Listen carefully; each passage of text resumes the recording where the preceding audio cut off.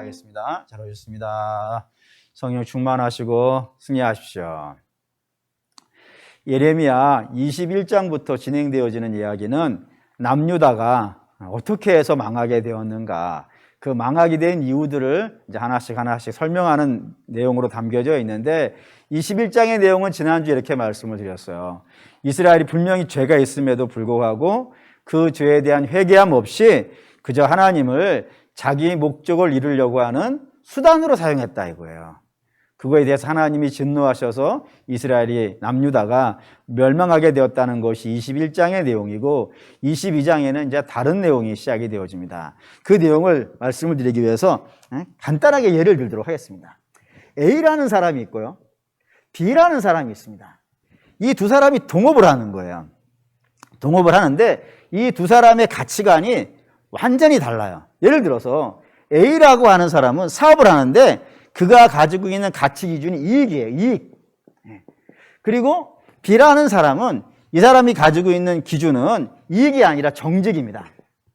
그래서 이 이익을, 인생의 가치관을 놓고 살아가는 사람은 무슨 수단과 방법을 동원해서라도 이익을 남기려고 애를 쓰는 사람이고, 반면에 이 B라고 하는 사람은, 자, 이익이 중요한 건 사실이지만 그래도 사람이 어떻게 이익만 따라 사느냐, 정직해야지, 이런 가치관을 가지고 있는 이 두 사람이 동업을 하고 있는 겁니다.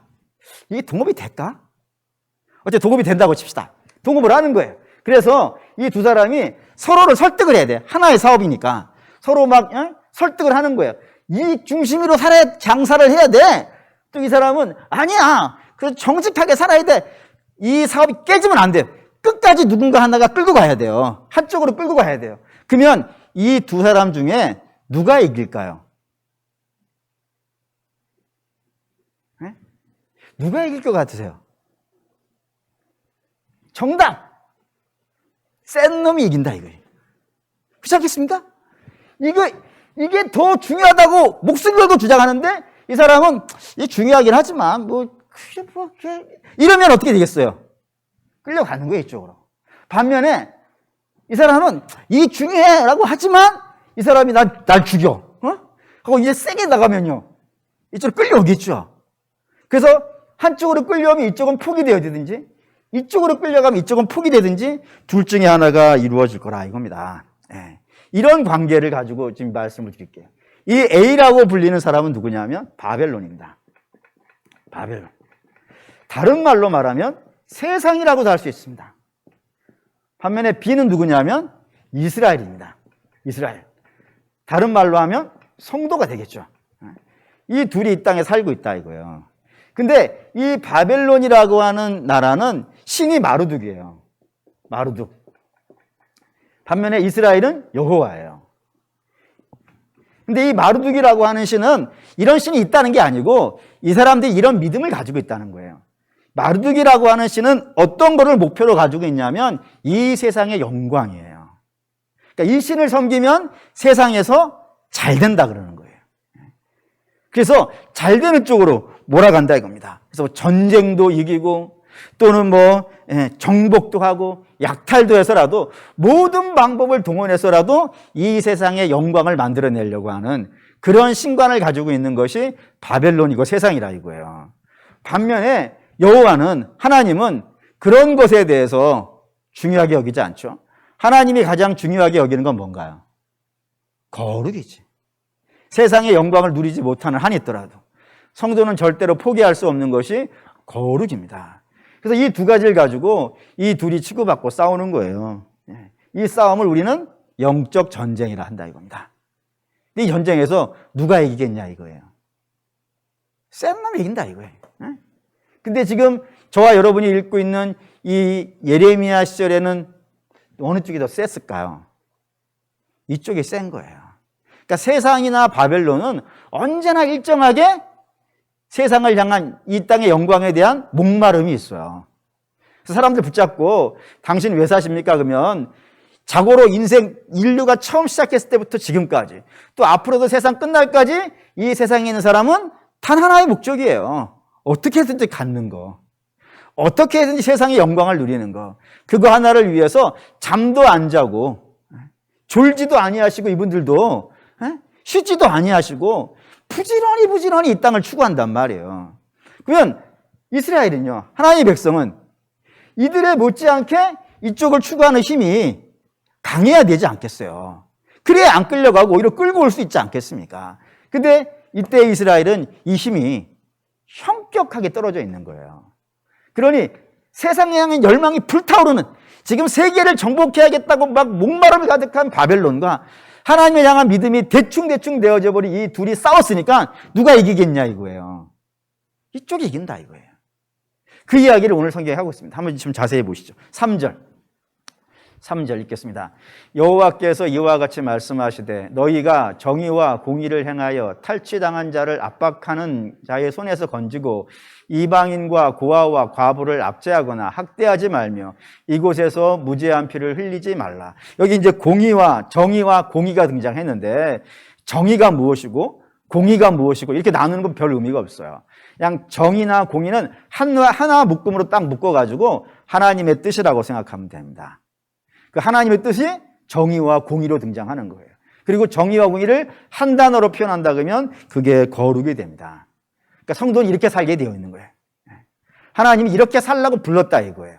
세상에서 죄에서 너희는 정의와 공의를 행하며 하나님의 뜻을 펼치고 이 땅을 거룩하게 살라고 하는 그런 목적으로 불렀는데 이 예레미야 시절의 이스라엘은 공의와 정의는요 갖다 버렸다 이거예요. 그리고 그들이 뭐 하고 있냐면 여기에 이제 사회적 약자들이 등장했습니다. 누구냐면 이방인이고 그리고 고아이고 그리고 과부예요. 누군가 돌봐줄 사람들이 없는 자들이잖아요. 이방인은 외국에서 왔으니까 여기에 베이스가 없잖아요. 지금이야 뭐 이렇게 어디를 가든지 살 수 있지만 옛날에는 내 고향만 떠나도 보호해주는 사람이 없는 것 아니겠어요. 그러니 거기를 떠나서 여기 와 있으니까 얼마나 외롭고 힘들겠어요. 뿐만 아니라 과부는 그 남편이 지켜줄 남편이 없는 것 아니겠어요. 고아는요 부모가 지켜줄 자가 없더라 이거예요. 그러니까 누군가가 그래서 이런 사람들을 이방인과 고아와 그리고 과부는 하나님께서 유달리 신경을 쓴다 이거예요. 왜죠? 돌봐줄 사람이 하나님밖에 없으니까. 그런 마음을 갖고 있는데 이 이스라엘이 그걸 탈탈 털어가는 거예요 지금. 이스라엘이라고 하는 사람들이 스스로 하나님의 백성이라고 하는 사람들이 그들을 탈탈 털어가고 있는 거예요. 그러면 이제 우리는 궁금해지겠죠. 왜 그 힘있다라고 하는 사람들이 그 힘없는 사람들의 것까지도 탈탈 털어가려고 저렇게 애를 쓰고 있을까? 그거에 대한 이야기를 성경은 두 가지로 설명하고 있다 이겁니다. 첫째, 13절 읽겠습니다. 불의로 그 집을 세우며 부정하게 그 다락방을 지으며 자기의 이웃을 고용하고 그의 품삯을 주지 아니하는 자에게 화일 쓸진저라고 했습니다. 이 이야기를 하려면은 불의로 그 집을 세우며 여기다 줄을 쫙쫙쫙쫙 그어놓고 한번 좀 들어주세요. 이 역사 얘기를 좀 해야 되는데 한때 이스라엘 그 가나안 땅에 주인 역할을 했던 나라가 아수르라는 나라가 있었습니다.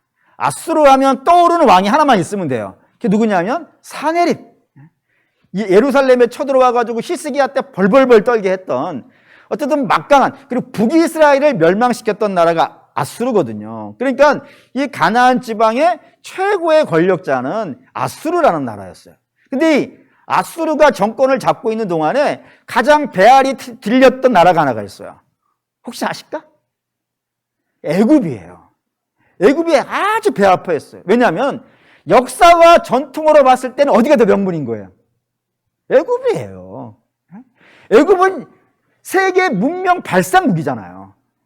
피라미드를 짓고 스핑크스를 만드는 나라니까 얼마나 자다손손 대대로 영향력 있고 힘이 센 나라겠어요. 근데 아수르는 어느 날 갑자기 사돌이 땅을 산 거야.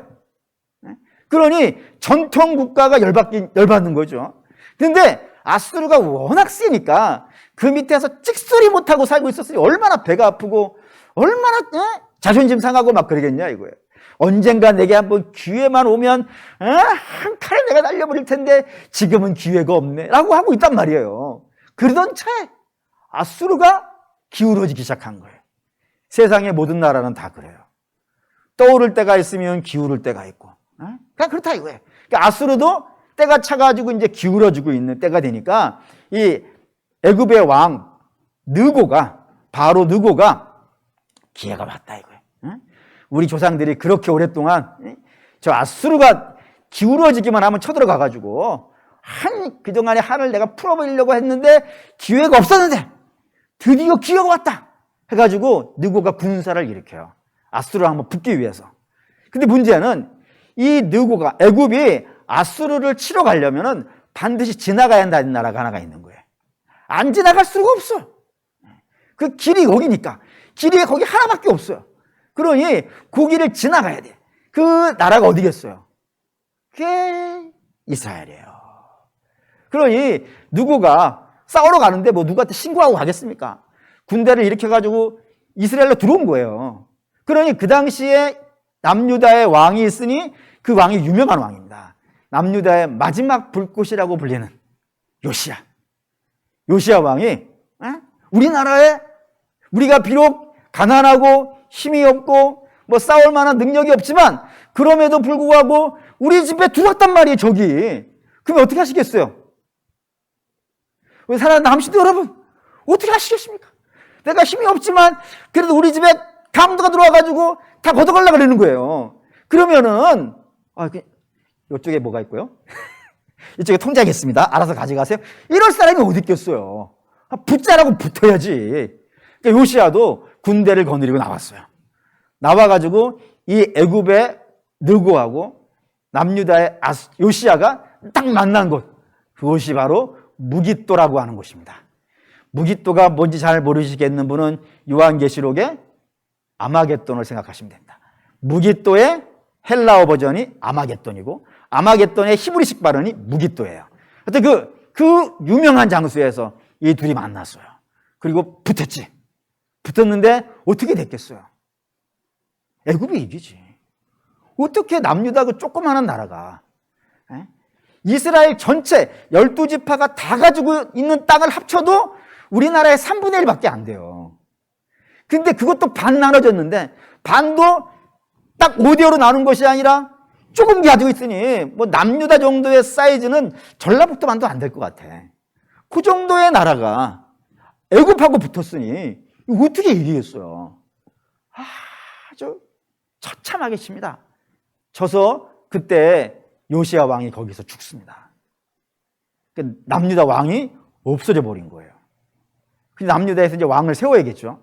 그래서 왕을 누구로 세우냐면 요시야의 첫 번째 아들인 여호아스, 오늘 성경에는 샬룸이라고 하는 사람이 있습니다. 이게 샬룸은 어렸을 때 부르는 이름, 그리고 요시야는 공식 명칭, 이렇게 되어져 있는 이 샬룸이 왕이 돼요. 근데 애굽의 입장에서는 우리를 반대해가지고 군사를 일으켰던 사람의 큰아들이 왕이 되는 거를 용납이 안 된 거예요. 그래서 여호아스를 붙잡아서 애굽으로 가버린다. 석 달 만에 가버린다. 그리고 거기에 새로운 왕을 세우는데 바로 여호아스의 동생이 엘리야김이라고 하는 사람이 있는데 이 사람의 이름을 여호야김이라고 하는 이름으로 바꿔서 왕으로 세워줍니다. 근데 왕으로 세우면서 이 여호야김이 왕이 되기 위해서 한 행동이 있어요. 그 행동 한번 볼까요? 열왕기하 22장, 23장, 35절 읽을게요. 여호야김이 은과 금을 바로에게 주니라. 그가 바로 느고의 명령대로 그에게 그 돈을 주기 위하여 나라에 부과된 백성들의 각 사람의 힘대로 액수를 정하고 은금을 징수하였다라고요. 그러니까 돈을 내야 되는 거예요. 뇌물을 바쳐야 되는 거예요. 애굽한테 나라를 왕으로 세워준다고 거기에다 뇌물을 바쳐야 되는데 그 뇌물을 어디에서 돈을 가져왔다고요? 자기 창고에서? 자기 통장에서? 어디서 갖고 왔다고요? 백성들에게서 뜯어왔다 이거예요. 백성들, 자기가 왕이 되기 위해서, 자기의 자리를 지키기 위해서 백성들, 그 힘없는 백성들, 그 고아와 과부와 나그네들까지 그들이 가지고 있는 걸 다 뜯어다가 그 왕에게, 바로 애굽에게 바쳤다 이겁니다. 이 역장이 무너질 만한 일이에요. 근데 이게 이렇게 끝나면 또 그나마 다행이지만 세상이 또 바뀌었어요. 어떻게 바뀌냐면 아수르가 애굽에 멸망한 것이 아니고 바벨론이라는 나라에 의해서 멸망을 했어요. 바벨론이 이겼어요. 바벨론이 천하를 통일을 했습니다. 그리고 그 바벨론이 내려오는 거예요. 어디로? 애굽으로. 애굽이 중요한 땅이니까 그 나일강을 차지하기 위해서 애굽으로 내려와요. 근데 내려오면 반드시 애굽으로 가려면 어디를 또 지나가야겠어요? 이스라엘 지나가야 돼요. 이스라엘에 내려왔어요. 내려왔는데 뭐 여호야김이라고 하는 왕은 뭐 꼼짝도 못하고 있고 이 애굽의 바로가 군대가 동원되어서 나왔어요. 나와가지고 바벨론하고 애굽이 붙은 거예요. 누가 이겼을까요? 애굽은 이미 바닥에 있는 나라예요. 옛날에는 화려한 능력과 전통을 갖고 있었던 나라지만 지금은 아주 약해진 나라란 말입니다. 반면에 바벨론은 이제 떠오르는 태양 같은 아침 한 10시쯤 되어지는 나라. 막 힘차게 팍 올라와가지고 정상을 향해서 그냥 고속 승진하고 있는 그런 나라가 바벨론이니까 이 바벨론하고 애굽하고 이 갈그미스라고 하는 곳에서 대판 붙었어요. 대판 붙어가지고 애굽의 왕이 바로가 아주 절단이 나버립니다. 절단이 나가지고 다시는 이 이후로 바벨론에게 아주 절단이 난 이후로 바로는 나일강을 건너지 않습니다. 절대로 밖으로 나오지 않을 만큼 전쟁을 앞으로 치를 수 없을 만큼 아주 절단 나버리는 나라가 되어버렸단 말이에요. 그래서 이제 가나안의 주인은 누가 됐냐면 바벨론이 됐어요. 이게 가장 걱정된 사람이 여호야김이었습니다. 왜냐하면 나는 누가 세워줬으니까 애굽 왕이 세워줬단 말이에요. 근데 천하는 누가 됐으니까 바벨론 천하가 됐다고요. 그 태세를 전환시키는 거예요. 애굽에서 바벨론으로. 그래서 왕이 가서 3년을 섬겼다고 되어 있습니다. 왕이 3년을 섬긴다는 건 가서 고개 숙이고 이러는 게 아닙니다. 왕이 가서 다른 나라를 섬긴다는 건 거기에 조공을 낸다 이거예요. 그러니까 바벨론에다가도 어마어마한 돈을 갖다 주는 겁니다. 그 돈이 또 누구 거겠어요? 백성들 돈을 뜯어다가 거기다가 또 갖다 바치는 거예요. 부지런히. 뭐 때문에요? 자기 정권 지키려고. 자기의 왕의 자리를 지키기 위해서 끊임없이 백성들로부터 착취하고 약탈하고 수탈하고 빼앗아가지고 그거를 자기 자리 지키려고 한 번은 애굽에 갖다 주고 한 번은 바벨론에 갖다 주고 그렇게 살았다 이겁니다. 그러니 그렇게 살고 있는 이 여호야김을 바라보는 백성들의 눈은 어떻겠어요? 한심해 보이지 않겠습니까? 그도 한 나라의 왕이잖아요. 한 나라의 왕이 백성들 걸 뜯어가지고 그거를 한 번은 애굽 왕 갖다 주고 또 한 번은 바벨론 왕 갖다 주고 그리고 이렇게 왔다 갔다 뭐 이렇게 뛰어다니고 있으니까 정말로 한심해 보이고 참 답답해 보였을 거예요. 뿐만 아니라 그 애굽에 갖다 바치고 바벨론에 갖다 바치는 돈이 자기들 돈이란 말이에요. 자기들 그냥 그 내일 아침에 먹으려고 남겨놨던 그 쌀알들까지 털어가지고 가져가 버리니 얼마나 밉겠어요. 한심해 보이기도 하고 밉기도 하고 뭐 이런 형편을 가지고 있는 것이 여호야김이니까 왕의 영이 서겠어요, 안 서겠어요? 안 서는 거예요. 왕을 볼 때마다 존경의 눈빛으로 바라보는 것이 아니라 경멸과 조소와 냉소의 눈빛으로 바라보고 있으니까 이 여호야김이 생각해 보니 이래 가지고는 왕의 영이 안 서는 거예요. 그래서 왕이 정말 세다는 거를 백성들한테 좀 보여줘야겠다. 왕권이 얼마나 강력한지를 내가 보여줘야겠다라 해가지고 이 사건을 하나 저질러요. 그 사건이 뭐냐면 이게 되게 제가 이제 몇몇 책을 좀 연구해 보니까 왕권을 강하게 만들기 위해서 왕들이 종종 하는 일이 있더라고요. 그게 뭐냐면 대규모 건축 공사를 왕궁을 짓는 거예요. 왕궁을. 예를 들어서 프랑스에 가면은 프랑스에 태양왕이라고 불리는 왕이 있습니다. 그 왕이 한 말 중에 유명한 말이 하나 있죠. 뭐냐면 내가 곧 국가다. 짐이 곧 국가다 말했던 사람이 태양왕인데 이 태양왕이 루이 14세. 이 왕이 내가 정말로 절대왕이라는 사실을 온 백성들에게 내가 보여줘야겠다 생각해가지고 왕궁을 하나 기가 막힌 걸 짓습니다. 그 왕궁이 혹시 아시나요? 그게 베르사유입니다. 언젠가 한번 보러 가야 되는데 언제? 네? 베르사유. 이름도 멋있잖아요. 베르사유의 장미. 뭐 만화 영화인데 그게. 어쨌든 베르사유 궁전을 짓고 또 우리나라도 마찬가지죠. 우리나라에도 왕권이 가장 미약했던 왕이 고종이라고 하는 왕이 있어요. 외세에도 치이고 양반들에게도 치이고 해가지고 거의 뭐 절단나다시피 한 왕이 이 고종왕인데, 이 고종왕의 아버지가 흥선대원군이잖아요.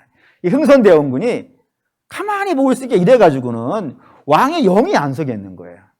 그래가지고 왕의 영을 세우기 위해서 임진왜란 이후에 폐허가 되어져 있는 경복궁을 다시 짓는 거예요. 그러니까 경회로를 다시 짓고 대웅전을 짓고 뭐 이런 식으로 경복궁을 새로 막 짓는 대규모 공사를 하는 겁니다. 뭐 그 이후로 이제 절단 나긴 하지만 둘 다 그래요. 근데 이 여호야김도 마찬가지였어요. 그가 내가 센 왕이다. 백성들 앞에 밖에 나가서는 찍소리 못 쓰면서 백성들한테만 큰 소리 치기 위해서 왕궁을 짓는 거예요. 어마어마하게 짓는 겁니다. 볼까요? 14절. 14절 읽을게요. 그가 이르기를 내가 나를 위하여 큰 집과 넓은 다락방을 지으리라 하고 자기를 위하여 창문을 만들고 그것에 백향목으로 입히고 붉은 빛으로 칠하도다. 나를 위해서 큰 집을 짓는다. 넓은 다락방. 성경에서 다락방이라 그러니까 우리 느낌이 있잖아요. 우리는 다락방이 안방이 있고 안방 옆 벽에 이렇게 구멍 조그마한 거 뚫려가지고 거기에 기어 올라가면은 위에 머리 서서 다니면 안 되는 그런 쪽방 하나 우리 집만 있었던 걸 알겠죠? 다락방인데 이스라엘의 다락방은 아니에요, 그게. 제가 마가의 다락방을 가봤는데 가보신 분들 계실 거예요. 마가의 다락방이 120명이 들어가는데요. 일반 개인집에도 다락방이 120명이 들어가요. 그 왕궁을 몇 명이 들어가겠어요? 그 어마어마한 방이에요. 거의 뭐 일반인 집에는 없어. 좀 부잣집에나 이제 다락방이 있는 거예요. 근데 왕의 다락방이니까 얼마나 크겠어요. 그런 방을 지어놓고 창문도 창문 만드는 게 지금이야 뭐 어려운 기술이 아니지만 옛날에 이렇게 돌 하나씩 쌓아서 하려면은 뭐 굉장히 쉽지 않았던 것 같아요. 거기에 창문도 탁 내놓고 폼나게 디자인 해놓고요. 또 색깔도 칠하는데 여러분 이게 색깔 칠하는 게 보통 일이 아니에요. 지금이야 페인트가 있으니까 뭐 얼마든지 칠하겠지만 옛날에는 페인트가 없잖아요. 왜 우리나라 민족을 백이민족이라 그러죠? 왜 백이민족이라 부르겠어요? 왜 하얀 옷 입고 살았까? 물감 없어서 그래요. 물감 없어서. 물감을 아무나 갖는 게 아니에요, 그게. 이게 조선시대만 해도 물감 만들어내는 게 쉽지 않은 기술이었단 말이에요. 근데 지금 이거는 지금부터 한 2600년 전 이야기니까 그 당시에 옷에다가 염색을 하는 것만으로도 대단한 기술이란 말입니다. 엄청나게 비싼 것이고. 근데 그거를 왕궁에다 발랐다니까요. 일반 옷감에다 바르기도 엄청나게 비싼 판인을 왕궁 벽에다가 바를 정도면 얼마나 많이 갖다가 색을 부었겠어요. 초호화 사치지 뿐만 아니라 백향목으로 지었다 그랬단 말이에요. 백향목. 백향목은 이스라엘에서 안 나는 나무예요. 거기 레바논에서 나는 나무이고 레바논에서 전량 수입해 와야 돼요. 지금도 나무 수입하는 게 보통 어려운 게 아니잖아요. 옛날에는 들어보니까 책에서 보니까 이렇게 돼 있어요. 백향목을 레바논에서 베는 거예요. 배에서 굴려와 사람들이 어디로? 지중해로. 그 지중해 나무들을 띄우면 나무가 지중해에 흘러타고 내려와서 이스라엘 오는 거예요.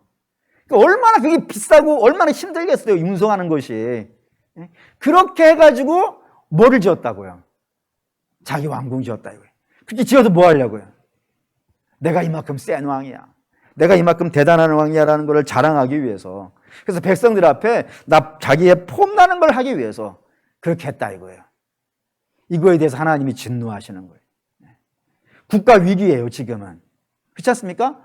요시야가 죽었어요. 그리고 형이 잡혀가서 왕인데 잡혀나가서 포로되어가지고 죽었어요. 그리고 젊은 나이에 왕이 여호야김이 된 거란 말이에요. 국가 위기죠.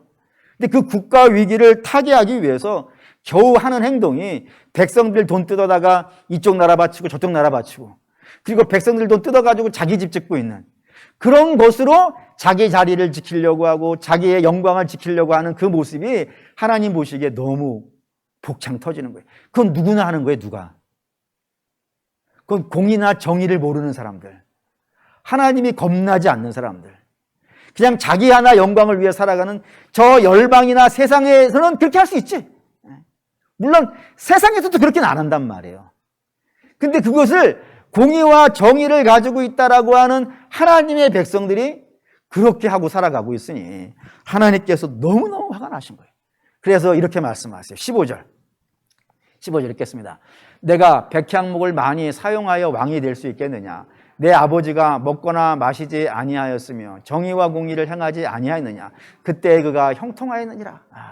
야, 네가 그렇게 큰 집 짓는다고 백성들이 더 존경할 것 같냐? 네가 백성들 거 빼앗아 가지고 너 그냥 근사한 왕궁 하나 딱 지어놓고 거기에서 멋진 옷을 입고 서가지고 호령한다고 해가지고 백성들이 너한테 힘에 굴복해서 당장은 눈앞에서 고개 숙일지는 모르겠지만 그 마음이 너 앞에 존경하겠냐 이거예요.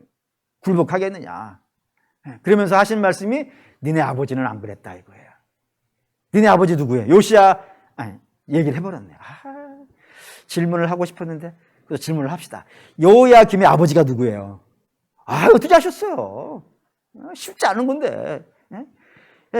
요시야 왕 안 그랬다 이거예요. 요시야도 국가 위기 때 어린 8살에 왕이 됐어요. 그리고 그 8살의 왕도 평안할 때 왕이 된 게 아니라 그의 할아버지가 므낫세예요. 그의 아버지가 아몬이에요. 이 두 사람이 57년을 나라를 다스렸어요. 거의 반백년을 다스린 거예요. 반백년 넘네. 반백년 이상을 나라를 다스렸는데 그 둘이 다스리면서 므낫세의 아버지가 히스기야예요.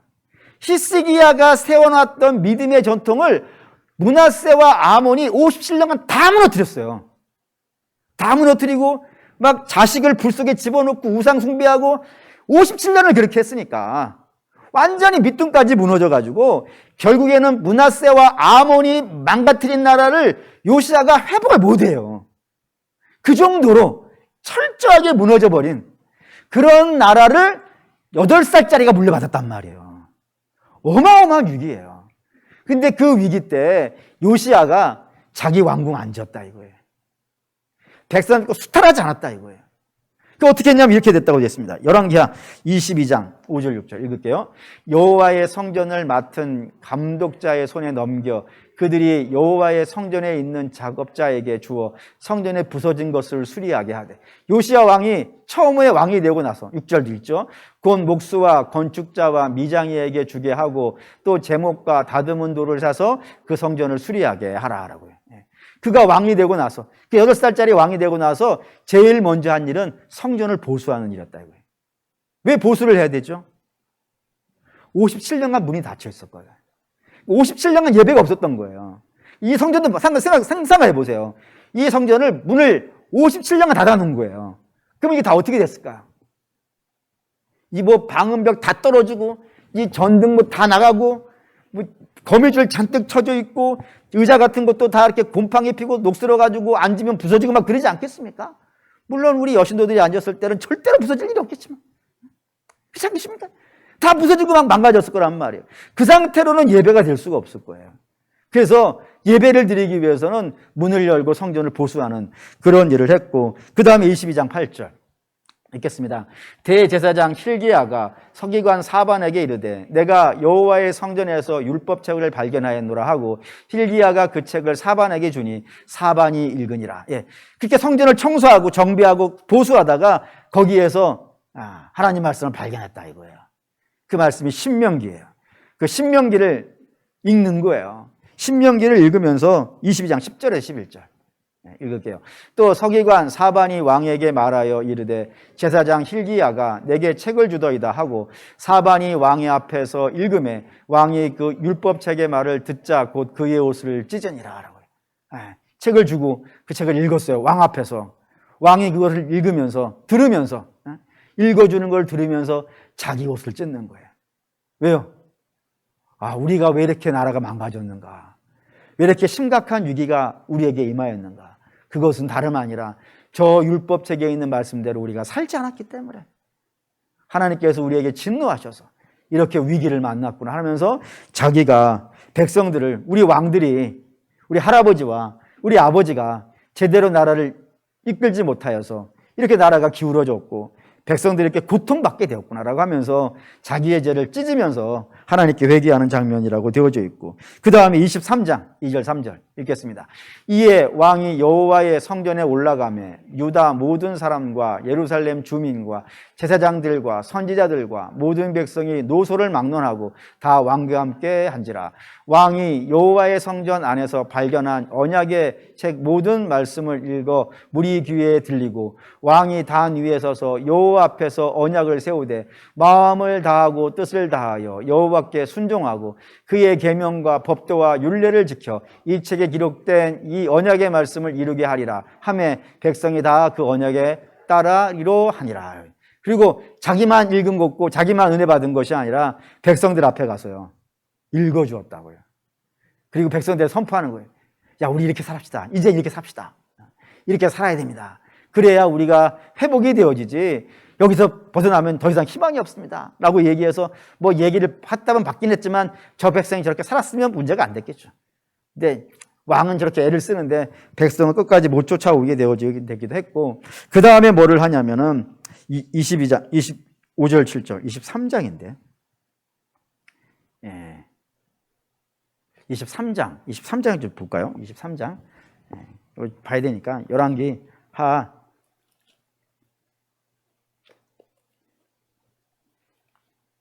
23장 5절에서 7절 602페이지 열왕기 하 23장 5절에서 7절 읽어볼게요. 옛적에 유다 왕들이 세워서 유다 모든 성읍과 예루살렘 주위의 산당들에서 분향하며 우상을 섬기게 한 제사장들을 폐하며 또 바알과 해와 달과 별대와 하늘의 모든 별에게 분향하는 자들을 폐하고 또 여호와의 성전에서 아세라상을 내다가 바깥 기드론 시내로 가져다가 거기서 불사르고 빻아서 가루를 만들어 그 가루를 평민의 묘지에 뿌리고 또 여호와의 성전 가운데 남창의 집을 헐었으니 그곳은 여인이 아세라를 위하여 휘장을 짜는 처소였더라. 그렇게 하나님 말씀을 선포하고 백성들에게 살게 하자라고 해교하고, 그 다음에 뭐 했다고요? 이스라엘 내에 있는 모든 우상의 도구와 신전과 그 우상의 제사장들을 다 패해버리고 없애버리는 그런 일을 하기로 했고, 그 다음에 23장 21절 22절 23장 21절 22절 또 찾으시죠? 21절 22절 읽겠습니다. 왕이 뭇 백성에게 명령하여 이르되 이 언약책에 기록된 대로 너희의 하나님 여호와를 위하여 유월절을 지키라 하매 사사가 이스라엘을 다스리던 시대부터 이스라엘 여러 왕의 시대와 유다 여러 왕의 시대에 이렇게 유월절을 지킨 일이 없었더라. 요시야 왕 18째 해에 예루살렘에서 여호와 앞에 이 유월절을 지켰더라. 우상의 제단을 다 파하고 그 다음에 뭐 했다고요? 유월절을 지키는데 유월절을 어떻게 지켰다고요? 이전에 이런 왕이 없었다 이거예요. 이전에 이런 왕, 유다에 이런 왕이 없었더라 라고 하는 것은 다윗 이후에 우리 흔히 말해서 유명한 왕들이 있지 않습니까? 뭐 히스기야라든가 아사라든가 여호사밧이라든가 뭐 길이길이 빛나는 그런 남유다의 왕들도 제대로 못했던 그런 제사를 요시야가 그걸 했다. 그 어린 나이에. 그랬더니 하나님께서 그를 어떻게 했다고요? 복되게 하셨다라고 했다 이겁니다. 그게 믿음의 방법이었다 이거예요. 그 믿음의 방법으로 그 남유다를 요시야가 그렇게 다스렸기 때문에 이 요시야의 별명이 남유다의 마지막 불꽃, 이런 찬란한 이름을 물려받고 모든 백성이 존경하는 그런 왕이 되었다 이겁니다. 그런데 여호사밧은 아니 여호야김은 22장 예레미야 22장 18절 19절 읽겠습니다. 그러므로 여호와께서 유다의 왕 요시야의 아들 여호야김에게 대하여 이같이 말씀하시느니라. 무리가 그를 위하여 슬프다 내 형제여 슬프다 내 자매여 하며 통곡하지 아니할 것이며 그를 위하여 슬프다 주여 슬프다 그 영광이여 하며 통곡하지 아니할 것이라. 그가 끌려 예루살렘 문 밖에 던져지고 나귀같이 매장함을 당하리라. 여호야김은 그렇지 않더라 이거예요. 여호야김은 하나님께서 심판하신다 이겁니다. 그래서 심판이 어떻게 되냐면 이 애굽이 꼬십니다. 여호야김을. 우리가 너 세워줬지. 예? 그러니 너 내 말 좀 들어 하면서 너가 바벨론하고 맞짱을 뜨면 우리가 가서 도와줄게. 그러니까 네가 먼저 맞짱 떠 라고 얘기를 한 거예요. 그러자 이 여호야김이 그래? 그럼 도와준다고? 그럼 한번 해볼게 라고 해가지고 붙었어요. 붙었는데 애굽의 왕이 왔을까요? 안 왔을까요? 볼까요? 열왕기하 24장 7절 읽겠습니다. 애굽 왕이 다시는 그 나라에서 나오지 못하였으니 이는 바벨론 왕이 애굽 강가에서부터 유브라데까지 애굽 왕에게 속한 땅을 다 점령하였습니다. 애굽 왕 나오지 못해요. 나오지 못하는데 단지 이스라엘을 꼬신 거예요. 꼬셔가지고 이 길로 나오게 했고 나와서 싸웠으니 이 여호야김이 대판집니다. 대판져가지고 어떻게 되냐면 역대하 36장 6절 7절 볼게요. 바벨론 왕 느부갓네살이 올라와서 그를 치고 그를 쇠사슬로 결박하여 바벨론으로 잡아가고 느부갓네살이 또 여호와의 전 기구들을 바벨론으로 가져다가 바벨론에 있는 자기 산당에 두었더라. 여기에 패한 자가 누구냐면 여호야김이에요. 패해서 바벨론 포로로 끌려갔다가 거기서 정말 죽도록 고생을 합니다. 고생을 하고 병든 몸을 이끌고 다시 고국으로 오지만 얼마 지나지 않아서 죽었다라고 성경이 우리에게 알려주고 있다 이겁니다. 이게 여호야김의 운명이에요. 이 이야기가 오늘 우리에게 하고 싶은 이야기는 분명한 게 있습니다. 그게 뭐냐면 성도는 과연 이 땅을 어떻게 살 것이냐 이겁니다. 성도는 세상에 삽니다. 천국에 사는 사람들이 아니고 세상에 살고 있습니다. 그렇지만 세상에 살고 있다고 해가지고 세상의 방식이 성도의 마음을 주장하면요, 그렇지 안 된다 이겁니다. 성도는 그의 삶이 정의와 공의로 하나님의 말씀으로 거룩으로 충만해야 된다 이겁니다. 그러면은 성도가 그렇게 사는 거예요, 이 땅을. 그럼 이 땅에는 우리만 살고 있는 게 아니라 불신자도 살고 있죠. 그 불신자들이 자기들은 전부 다 이 땅의 영광을 위해 산단 말입니다. 거기에 몸부림치고 거기에 최선을 다한다고요. 근데 성도는 그거는 어느 정도 떨어져 있는 거예요. 그리고 하나님의 영광을 보며 산단 말입니다. 그러면 세상이 이상하게 보이겠죠. 아니 대다수는 불신자니까 대다수는 다 이렇게 살고 있는데 몇몇 신자들이 그렇게 안 살고 있는 것 아니겠어요. 그러니 세상이 볼 때 얼마나 이상해 보이겠어요. 이상해 보이니까 어떻게 하겠어요? 저렇게 살아도 될까라고 주목할까요, 안 할까요? 주목하겠지. 하나님이 그걸 원하시는 거예요. 주목하는데 그 주목하는 그 백성들이 영광 중에 멋있게 사는 거예요. 견뎌내는 거예요. 이겨내는 거예요. 그러면 뭐를 보겠습니까? 아, 저게 신자의 모습이구나. 이렇게 등장하기를 원단 말입니다. 예를 하나 든다면 제가 잘 알고 있는 옛날에 알고 있는 장로님 한 분이 계세요. 그분이 장로님이 되시기 전에 알았어요. 집사님이었을 때 뭐 한 번도 새벽에 안 빠지고 기도하시는 분인데 제가 이제 그때 학생회 담당이었고 근데 그 집사님, 그때 집사님이었죠. 그 집사님의 아주 착한 아들 하나가 둘이 있는데 그 중에 큰 아들이 가출을 해버렸어요. 아무도 예상을, 워낙 착한 애였어요. 워낙 순하고 믿음도 괜찮았어요. 그러나 가출을 해버린 거예요. 그래서 저를 찾아오셨어요. 그 집사님이. 찾아오셔가지고 그때 제가 이제 혹시 지금은 없어요. 근데 제가 그때 준목이었거든요. 그 준목, 박준목님 하면서 얘기를 하시는데 아니 제가 그렇게 기도를 많이 하는데 왜 우리 집 아들이 가출을 했을까요? 하나님 왜 내 기도를 안 들어주실까요? 그렇게 얘기하는 거예요. 저도 당황하죠. 제가 직접 가르치는 학생이기도 했고 제가 봤을 때는 그분의 믿음이 너무 훌륭해. 제가 흠모할 정도로 훌륭해. 그런 분인데 뭐 이렇게 됐으니까 저도 뭐 할 말이 없는 거예요. 그래서 같이 기도해요 라고 하면서 같이 기도했어요. 같이 계속 기도하는데 오늘 하나님께 제게 감동을 주셨어요. 그 답을 가지고 그 집사님 만났습니다. 만나서 말씀을 드렸어요. 뭐라 했냐면 집사님 이건 그냥 하나님이 제게 주신 감동인데 하나님께서 집사님의 삶을 다른 분들에게 보여주고 싶어 하신 것 같아요. 이 위기를 너같이 신앙생활을 잘하는 사람들은 어떻게 견뎌내는지 어떻게 이겨나가는지 다른 사람이 아니라 하나님이 집사님을 통하여서 그거를 보여주고 싶어 하신 것 같아요. 그러니 불신자같이 실망하지 마시고 이 안에도 하나님의 뜻이 있다는 사실을 믿으시고 같이 기도하면서 견뎌봐요 라고 이야기를 했어요. 어린, 그때 30대 초반이었으니까, 뭘, 영향력이 있겠는가 생각해서 그냥 얘기했는데, 그 집사님이 그걸 그대로 받아들여 주셨어요.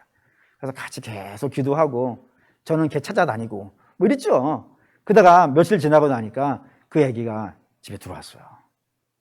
언제 그랬냐는 듯이 집에 들어와서 다시 예전처럼 열심히 공부하고, 신앙생활하고, 지금은 굉장히 멋있게 됐던데, 그리고 그 집사님은 장로님이 됐죠.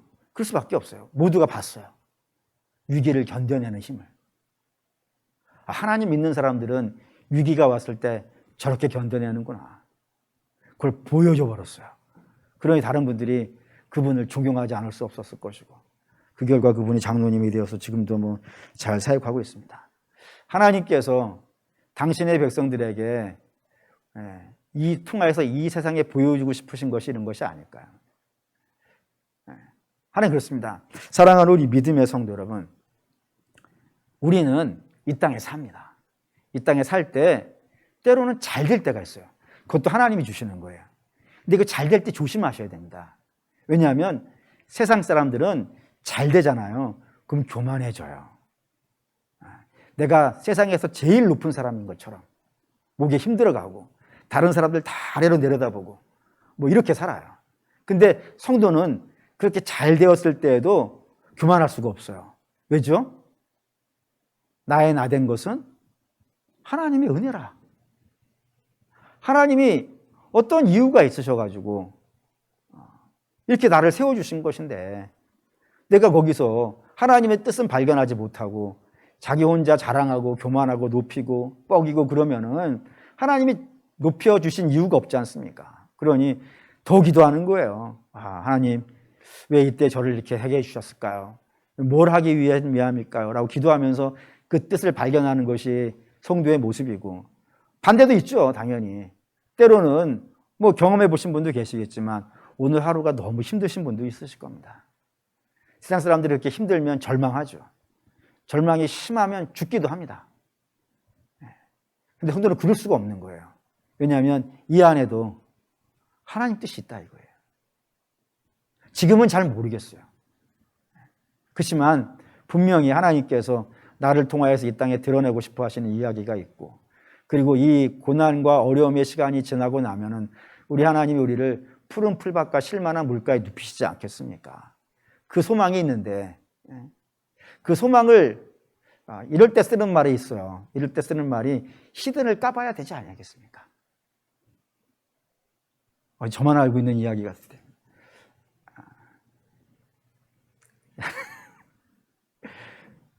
어쨌든 그렇다 이겁니다. 하나님이 반전이 있는데 그 끝은 봐야 되지 않겠어요? 도중에 힘들다고 포기해버리면은 그 마지막에 나한테 오는 카드를 못 받을 것 아니겠어요? 그것이, 생각나는 단어가 왜 이거밖에 없는지 모르겠어요. 그게 로얄 스트레이트 플래시란 말이에요. 그걸 봐야지. 그거를, 도중에 내려놔 버리면은, 그걸 못 보면 얼마나 억울해요. 그게 하나님이 계시기 때문에 그런 말을 할 수 있다 이겁니다.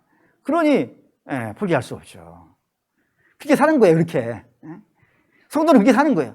좋을 때는 하나님의 영광을 바라보면서 거기에 충실하고, 어려울 때는 하나님의 회복을 기대하면서 또 열심히 살아가고, 그렇게 살아가는 거를 이 세상이 보여주는 거예요. 그러면 세상이 뭐라 그랬습니까? 야, 우리 같으면 정말 인생 포기했을 텐데 저 사람은 견뎌내네. 그리고 저기에 가 있네. 저 사람 보면 하나님 있는 것 같아. 우리 주님한테 빌립이 질문을 했어요. 주님, 아버지를 좀 보여주십시오. 주께서 뭐라 하셨죠? 나를 본 것이 아버지를 본 것 아니냐 라고 말씀하셨어요. 이렇게 이야기할 수 있는 이유는 뭘까요? 우리 예수님이 성부 하나님을 빼다 박았기 때문에 그렇습니다. 그러면 우리는 누구를 닮아야 될까요? 예수님을 닮아야죠. 그럼 세상이 예수님을 좀 보여줘봐 라고 말할 때 우리 뭐라고 얘기해야 될까요? 물론 자신 없고 용기 없는 거나 이긴 사실이긴 하지만 하나님은 이렇게 얘기하기 원하신다고요. 나를 보라고. 나를 보고 하나님이 계심을 보라고. 사도 바울도 그러죠. 여러분, 나를 본받는 자가 되십시오. 어떤 특별한 사람만이 그런 게 아닙니다. 하나님은 우리가 그렇게 되기를 원하시는 거예요.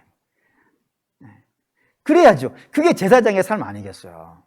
근데 성도가 그런 제사장의 삶을 살아서 모든 천지에 하나님의 살아계심을 보여주지 않는다면, 오히려 성도가 더 세상같이 되어져 버린다면, 그래서 성도를 바라봤을 때 하나님이 보이지 아니하고 세상이 보인다 그러면요, 그 제사장은 하나님 보실 때 있어야 될 필요가요 없죠. 왜냐하면 그가 있으면 세상이 헷갈리는 거예요. 하나님 저런 분인가? 라고 헷갈려 버려가지고 신앙이 엉망이 되지 않겠어요. 그건 하나님이 이 세상을 위해서라도 그 제사장을 빼버리시는 게 맞다 이거예요. 그래서 예루살렘이 망한다 이겁니다. 너의 모습을 봐서는 하나님 보이지 않는다 이거예요. 그래서 예루살렘을 무너뜨려 버리시는 거예요. 그리고 새로 밖에서 만드시는 거예요. 만들어서 스룹바벨을 통하여 다시 예루살렘에 들어오는 그런 모습을 보여주시더라고 합니다. 고로 사랑하는 믿음의 성도 여러분, 이게 영적인 싸움입니다. 영적인 싸움에 이스라엘은 실패한 것이고 우리는 실패하면 안 될 거라고 믿습니다. 바라고 원하는데 그러기 위해서 뭘 해야 될까요? 그래서 결단성을 이걸 갖고 왔어요. 은혜가 없으면은, 우리에게 은혜가 없으면은 그 영적 전쟁을 승리할 수 없어요. 그래서 이 찬양 들으시면서 은혜 아니면 나 서지 못하네. 놀라운 사랑. 그 은혜 아니면 나 서지 못하네. 이 찬양 들으시면서 하나님, 영적인 싸움 싸워야 되는데 세상은 역사 내내 정말 최고조로 충만해요. 근데 우리는 신앙이 왔다 갔다 해요. 그래서 매번 넘어져요. 그렇게 되지 않도록 이 어둠 속에 헤매던 내 영혼에게 우리 주님께서 큰 은혜를 베풀어 주셔서 이 땅에 세상을 추구하는 모든 자들 앞에서 하나님의 영광을 드러낼 수 있는 그런 믿음의 삶을 살 수 있도록 도와주십시오 라는 마음을 찬양드리도록 하시죠.